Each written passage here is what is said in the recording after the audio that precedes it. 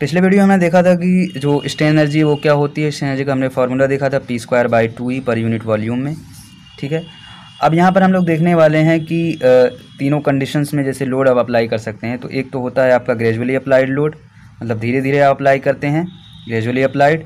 और एक है जब आप सडनली लोड अप्लाई करते हैं, और एक है इम्पैक्ट लोड। ठीक है, तो तीनों कंडीशन में हम लोग देखने वाले हैं कि जो स्ट्रेन एनर्जी आएगी, और उस कंडीशन में जैसे यहाँ पर स्ट्रेन एनर्जी तो है ही, उस कंडीशन में हम लोग देखेंगे कि जो स्ट्रेन आएगा या फिर जो डिफॉर्मेशन आ रहा है वो कितना होगा, उस कंडीशन में हम लोग देखने वाले हैं। तो वही सेम एग्जांपल है आपका कि यहाँ पर अगर ग्रेजुअली अप्लाइड लोड में हम देखें तो पहले लोड कुछ ज़ीरो था, अब वो बढ़ के जो है धीरे धीरे बढ़ते बढ़ते वो W कुछ हो गया। तो अगर हम यहाँ पर कुछ इस तरह का देखते हैं कि कभी ज़ीरो था, धीरे धीरे बढ़ते बढ़ते वो W आ गया, तो हम यहाँ पर एवरेज लोड की बात करेंगे। तो एवरेज लोड क्या काम कर रहा है, वो है 0 + W / 2। जब दो वैल्यूज़ हैं, 2 से हमने डिवाइड कर दिया तो क्या आ जाएगा, W/2। तो आप लोगों ने जैसा कि एग्जांपल देखा था कि यहाँ पर कुछ एल लेंथ की बार है और ये कुछ डेल्टा जो है बढ़ जा रही है। यहाँ पर कुछ डेल्टा बढ़ गई। तो क्या किया है, जैसे ही आपने लोड लगाया, लोड इतना वर्क किया, कितना इसको डेल्टा जो है बढ़ा दिया। तो अगर हम इस लोड की वजह से इसका वर्क देखें तो वो स्ट्रेन एनर्जी के बराबर हो जाएगा, इसके बराबर हो जाएगा। ठीक है, तो यहाँ पर ये लोड है आपका, लोड इनटू में इसने जो है इतनी लेंथ चली डेल्टा, तो ये है इसका लोड और ये है डिस्प्लेसमेंट। तो लोड इंटू डिस्प्लेसमेंट कितना होता है, वर्क के बराबर। ये इसका वर्क है और इसमें वर्क जो है स्ट्रेन एनर्जी के फॉर्म में यहाँ पर जो है स्टोर हो जाएगा, और इसकी वैल्यू आपने निकाल ली है। ये कितना होता है, 1/2 P²/, ये है आपका पर यूनिट वॉल्यूम में। और अगर हम पूरे वॉल्यूम में निकालेंगे तो हमें इसमें वॉल्यूम से मल्टीप्लाई करना पड़ेगा। तो इसको तो पहले लिख देते हैं P²/E के, और यहाँ पर वॉल्यूम देख रहे हैं आप, इसका एरिया कुछ A दिया गया है और लेंथ L है, तो इसका वॉल्यूम कितना हो जाएगा, A × L हो जाएगा। फिर यहाँ पर देखिए 2 से 2 आपका कैंसिल हो गया। अब यहाँ पर हम निकाल लेते हैं कि इसमें जो इलोंगेशन आ रहा है वो कितना आ रहा है।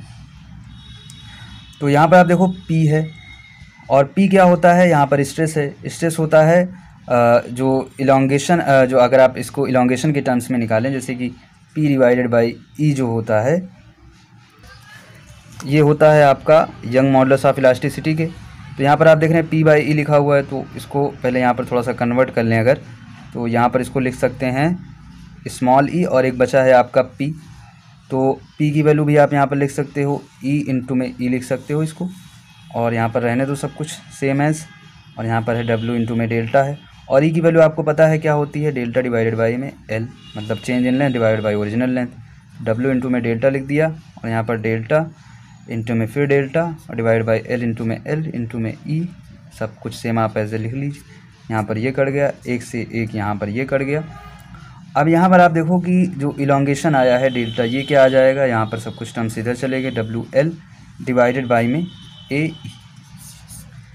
आपको यहाँ पर निकालना है इलोंगेशन, तो इलोंगेशन आ गया WL डिवाइडेड बाई में AE। ये किस कंडीशन में है, जब लोड जो है ग्रेजुअली अप्लाइड हो रहा है।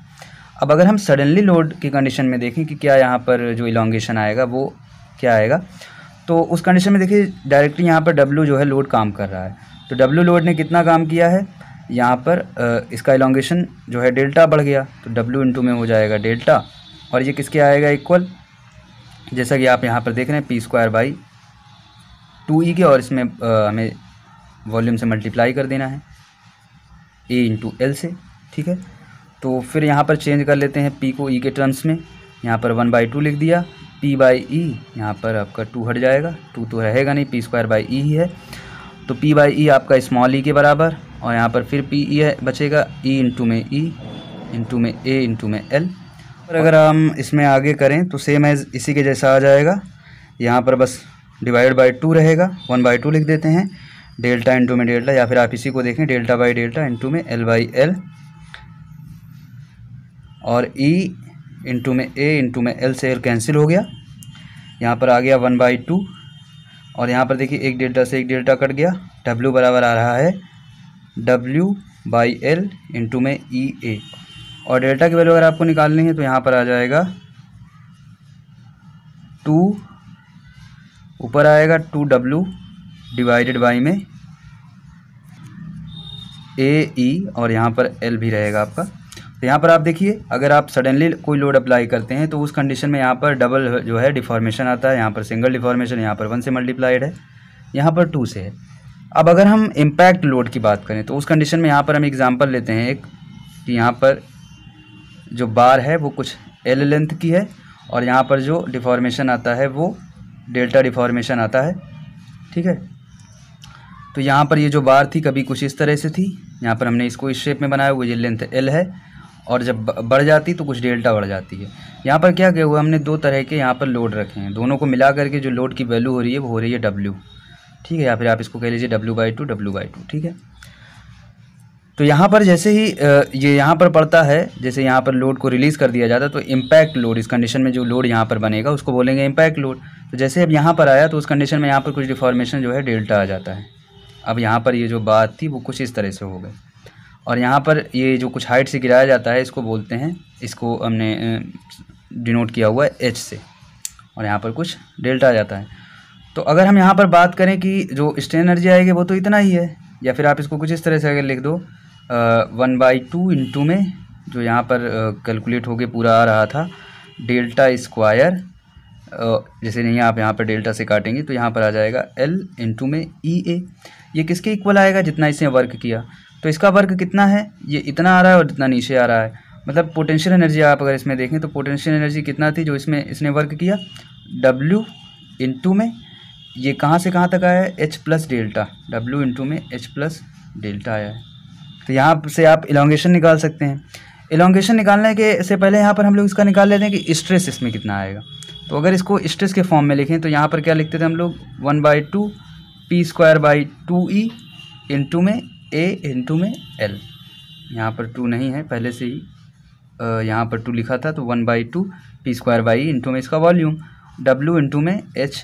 और डेल्टा को क्या आप लिख सकते हो, जैसे यहाँ पर आपने स्ट्रेन देखा है तो स्ट्रेन की वैल्यू क्या आती है, small E P divide by में स्मॉल स्ट्रेस अपान में यंग मॉडुलस है, और जो E की वैल्यू होती है वो डेल्टा बाई एल होती है, P/E आ जाता है। तो डेल्टा की वैल्यू यहाँ से आप क्या लिख सकते हो, PL/E, H प्लस में PL/ में E। और यहाँ से देखो आप एक क्वाड्रेटिक टाइप का इक्वेशन बनेगा, तो इसको अगर फाइंड आउट करें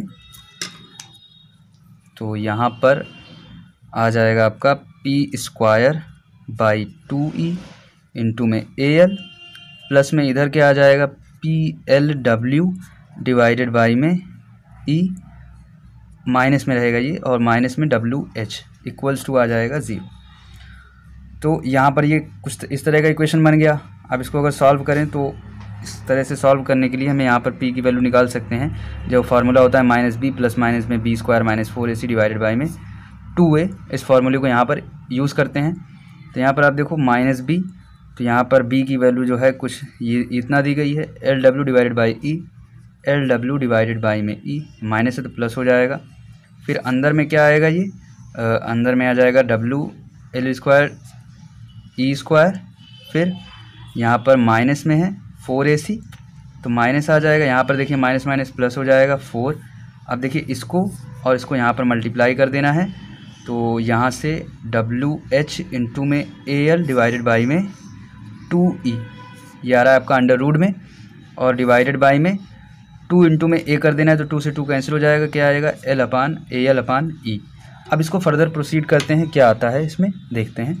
तो P की वैल्यू यहाँ पर लिख लें, अगर यहाँ से देखिए आप L है और E है, यहाँ से भी L और E है, तो ये तो हो गया कैंसिल हो गया, तो क्या आ जाएगा W/A आ जाएगा, केवल W/A।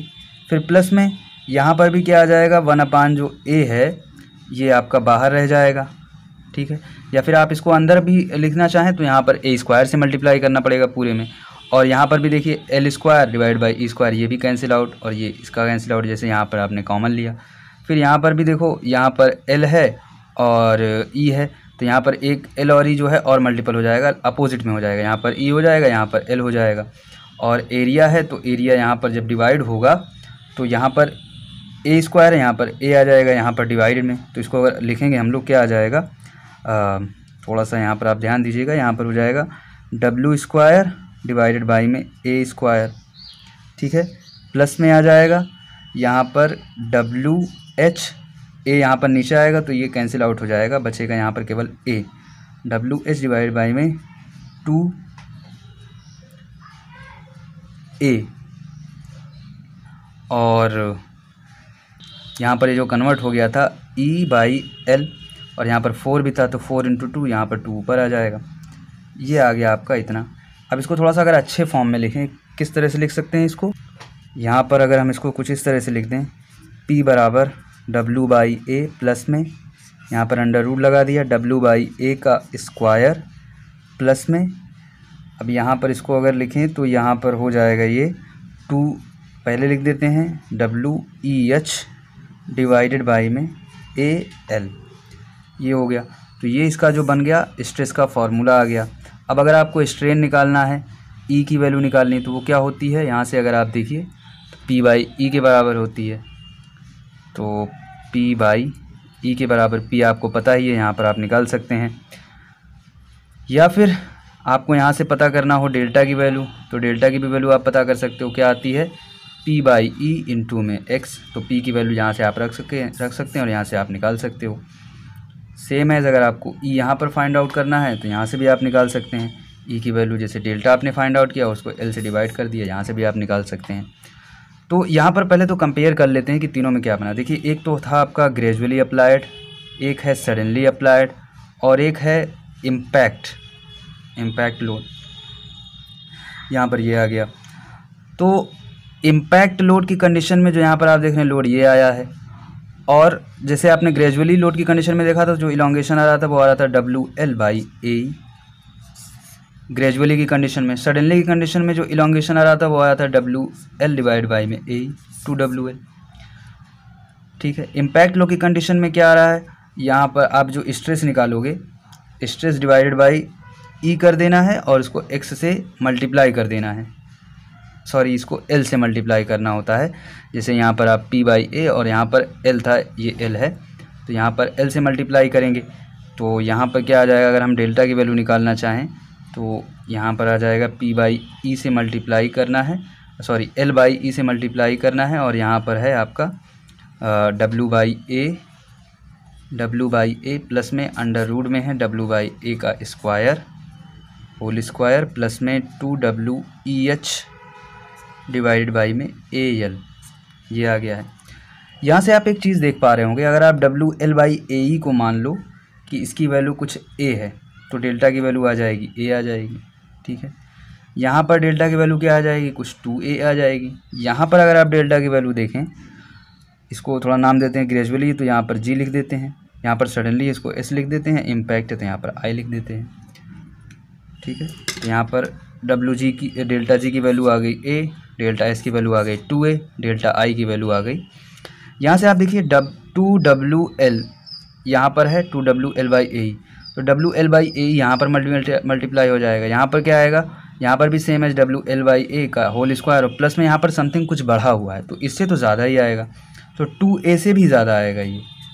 यहाँ पर हम वैल्यू इसकी कैलकुलेट तो करेंगे तो बहुत ज़्यादा लेंथी हो जाएगा, बट यहाँ पर आप देखो तो इसकी वैल्यू 2A से भी ज़्यादा आ जाएगी। तो यहाँ से आप देख सकते हैं, जब आप ग्रेजुअली लोड अप्लाई करते हैं तो उस कंडीशन में जो इलॉन्गेशन आता है वो सबसे कम होता है, उसके बाद सडनली लोड में जो इलॉन्गेशन आता है फिर उससे ज़्यादा, इम्पैक्ट लोड में सबसे ज़्यादा। तो यहाँ पर क्या चीज़ आपने देखा, जब आप सडनली लोड अप्लाई करते हैं तो उस कंडीशन में सबसे ज़्यादा इलॉन्गेशन, फिर उसके बाद इम्पैक्ट लोड में सबसे ज़्यादा जो है यहाँ पर इलॉन्गेशन, फिर उसके बाद सडनली लोड में इलॉन्गेशन, फिर उसके बाद ग्रेजुअली लोड में। तो यहाँ से आप ये भी एक देख सकते हैं कि यहाँ पर किस तरह से जो है इलॉन्गेशन वेरी कर रहा है, जब आप लोड जो करने का तरीका है, लोडिंग करने का तरीका है, वो यहाँ पर चेंज करते रहते हैं। तो उस कंडीशन में यहाँ पर जो है ये वैल्यू का कुछ आती है, यहाँ पर कुछ वैल्यू है, और यहाँ पर इम्पैक्ट की कंडीशन में कुछ वैल्यू है। यहाँ पर एक टर्म और देख लेते हैं लास्ट में, एक होता है आपका इम्पैक्ट फैक्टर, या फिर इसको बोल सकते हैं शॉक फैक्टर। इम्पैक्ट फैक्टर, या फिर इसको एक नाम देते हैं शॉक फैक्टर।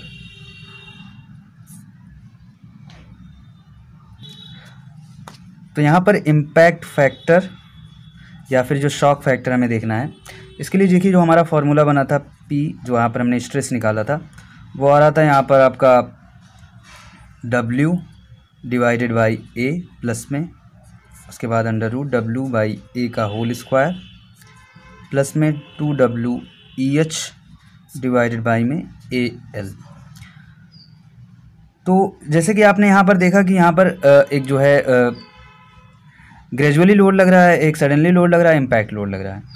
तो क्या है, लोड जो है आपका स्टैटिक है। जैसे यहाँ पर आप कुछ लोड जो है यहाँ पर देखिए कुछ हाइट से यहाँ पर जब यहाँ पर इम्पैक्ट होता है तो इस कंडीशन में क्या जो लोड लगता है वो होता है, हम लोग उसको एक नाम से देख सकते हैं कि वो होता है डायनेमिक लोड। मतलब ये स्टैटिक ही लोड है लेकिन यहाँ पर कुछ हाइट से आ रहा है, डायनेमिकली जो है मूव कर रहा है। तो डायनेमिकली लोड अगर इस कंडीशन में हम निकालें तो अगर हम स्ट्रेस को एरिया से मल्टीप्लाई कर दें तो यहाँ पर हमें मिल जाएगा डायनेमिक लोड। और डब्ल्यू क्या है, यहाँ पर ये स्टैटिक लोड है, तो डब्ल्यू है आपका स्टैटिक लोड। और अगर हम इस स्ट्रेस को मल्टीप्लाई कर दें एरिया से तो हमें मिल जाएगा डायनेमिक लोड। हम यहाँ पर डायनेमिक लोड को नाम देते हैं पी डी, ये हो जाता है डायनेमिक लोड। ये है आपका स्टैटिक लोड और ये है डायनेमिक लोड। तो करके देखते हैं यहाँ पर क्या आता है। पी डी की वैल्यू, पी डी की वैल्यू आ जाएगी डब्ल्यू प्लस में यहाँ सभी से जो है ए जो है आपका ये आपको मल्टीप्लाई हो जाएगा सभी में ए, तो यहाँ पर हो जाएगा डब्ल्यू स्क्वायर प्लस में 2WEH इंटू में ए मल्टीप्लाई और हो जाएगा और यहाँ पर एल हो जाएगा, क्योंकि यहाँ पर ए स्क्वायर जैसे मल्टीप्लाई करोगे आप तो ए की पावर जो है यहाँ से कैंसिल आउट हो जाएगी, यहाँ पर ये आया। तो यहाँ पर ये आ गया इसका डायनामिक लोड का फॉर्मूला, ठीक है। और यहाँ पर आप अगर चाहो तो डी जो आप डायनामिक लोड निकाले हैं यहाँ पर आप डब्ल्यू की वैल्यू कॉमन भी ले सकते हैं। कितना आ जाएगा 1 प्लस, यहाँ पर आ जाएगा डब्ल्यू 1 प्लस यहाँ पर भी कॉमन हो जाएगा, यहाँ पर आ जाएगा 2EHA डिवाइडेड बाई में WL आ जाएगा, ठीक है। ये आ गया है। यहाँ पर आपने जब W को बाहर ले लिया, यहाँ पर ये है आपका स्टैटिक लोड और ये है डायनेमिक लोड है। तो यहाँ से अगर आप इसको इस तरफ ले आओ PD बाई W, ये किसके इक्वल आ जाएगा 1 प्लस अंडर रूट में है ये पूरा 2AEH, इसको लिख देते हैं, और WL। तो ये जो आता है आपका कि डायनेमिक लोड डिवाइडेड बाई में स्टैटिक लोड। तो डायनेमिक लोड और स्टैटिक लोड का जो रेशियो होता है इसको बोलते हैं इम्पैक्ट फैक्टर या शॉक फैक्टर। इम्पैक्ट फैक्टर या शॉक फैक्टर। इस फॉर्मूले से आप पता कर सकते हैं कि जो आपका स्टैटिक फोर्स है जब उसे आपने इम्पैक्ट किया, मतलब कुछ इस तरह से अरेंज करके यहाँ पर अप्लाई किया, तो उस कंडीशन में जो आपका स्टैटिक लोड था वो कितने टाइम्स जो है मैग्नीफाई हुआ है। यहाँ पर एक चीज़ और देख लेते हैं। यहाँ पर देखिए जैसे ही आप यहाँ पर डायनेमिक लोड बढ़ाएंगे तो उसी के अकॉर्डिंग जो है आपका डिफॉर्मेशन बढ़ेगा। मतलब जितना आप यहाँ पर डायनेमिक लोड लगाएंगे उसी कंडीशन में आपका डिफॉर्मेशन होगा। तो PD डायरेक्टली प्रोपोर्शनल टू लिख देते हैं डेल्टा की। यहाँ पर एक कांस्टेंट हटाते हैं तो इसको बोलते हैं, जैसे यहाँ पर कांस्टेंट लगाते हैं तो इसको बोलते हैं C। यहाँ पर जो C होता है ये जो होता है dynamic load per unit deformation को दिखाता है। C बराबर अगर आप लिखो PD बाई डेल्टा, मतलब जो डायनेमिक लोड है आपका पर यूनिट डिफॉर्मेशन में कितना लग रहा है, इसी को बोलते हैं C। जो एक सिस्टम का कांस्टेंट होता है इसको बोलते हैं कांस्टेंट ऑफ सिस्टम, ठीक है। इसी कंडीशन थोड़ा यहाँ पर वैल्यूज़ जो है कुछ चेंज कर लेते हैं। जैसे यहाँ पर आप देखो PD है तो यहाँ पर क्या है, ये एक तरह का क्या है लोड है, और लोड को आप क्या लिख सकते हैं स्ट्रेस मल्टीप्लाई करके जो यहाँ पर P की वैल्यू है, जो यहाँ पर P की वैल्यू है पहले थी P इंटू में A आ गया डिवाइड बाई में डेल्टा। और P की वैल्यू क्या होती है स्ट्रेस अपान स्ट्रेन, जैसे आपने देखा था उस फार्मूले से यहाँ पर अगर निकालें तो P की वैल्यू हो जाएगी स्मॉल e इंटू में कैपिटल E, ये हो जाएगा। यहाँ पर अगर हम डेल्टा को भी यहाँ पर इंक्लूड कर दें तो यहाँ पर आ जाएगा डेल्टा बाई L इंटू में यहाँ पर EA बाई डेल्टा है, यहाँ से ये कट गया EA बाई L। तो EA बाई L की वैल्यू क्या आ गई, C के बराबर आ गई EA बाई L, ठीक है। तो अब यहाँ पर ये फार्मूला किस तरह से चेंज हो गया यहाँ पर आप देख सकते हैं। यहाँ पर आप देख सकते हैं ये जो आपका शॉक फैक्टर या इम्पैक्ट फैक्टर है, इम्पैक्ट फैक्टर, इसकी वैल्यू क्या आ गई, इसकी वैल्यू आ गई है 1 प्लस में 1 प्लस अंडर रूट में 1 प्लस और यहाँ पर 2 तो है ही आपका, और AE बाई L इसके बराबर हो गया CH बाई में W, ये आ जाएगा आपका इम्पैक्ट फैक्टर। तो यहाँ पर आप देख रहे हैं ये C पर डिपेंड कर रहा है, जो कांस्टेंट आपने माना हुआ है सिस्टम वाला जो कांस्टेंट है ये C पर डिपेंड कर रहा है। तो अगर आपको यहाँ पर जो डायनेमिक लोड यहाँ पर लग रहा है उसको आपको घटाना है तो C की वैल्यू आपको मिनिमम रखनी पड़ेगी। तो यहाँ से आप देख सकते हैं जितना ज़्यादा C की वैल्यू कम होगी उतना ही आपका जो इम्पैक्ट फैक्टर होगा, शॉक फैक्टर होगा, उतना ही ज़्यादा कम होगा। और C पर किस पर डिपेंड कर रहा है, C डिपेंड कर रहा है आपके इस पर डेल्टा पर, या फिर यहाँ पर आप देख सकते हैं जो C की वैल्यू आई हुई है EA बाई L पर। तो C की वैल्यू आप कैसे कम कर सकते हैं, यहाँ पर आप एरिया जो है घटा सकते हैं, लेंथ को बढ़ा सकते हैं। एरिया आप अगर घटा दें रॉड का और लेंथ जो है ये एरिया जो है आप घटा दें और लेंथ जो है बढ़ा। तो यहाँ तक आई थिंक आपको समझ में आया होगा। और अगर वीडियो अच्छा लगा हो तो वीडियो को लाइक करें, शेयर और सब्सक्राइब करें और बेल आइकन प्रेस करें ताकि आपको अगले वीडियोज़ की नोटिफिकेशन मिलती रहे। और इसके बाद जो हम लोग देखेंगे कि अगर स्ट्रेन एनर्जी हम अगर शीयर की कंडीशन में देख रहे हैं तो वहाँ पर स्ट्रेन एनर्जी क्या आएगी।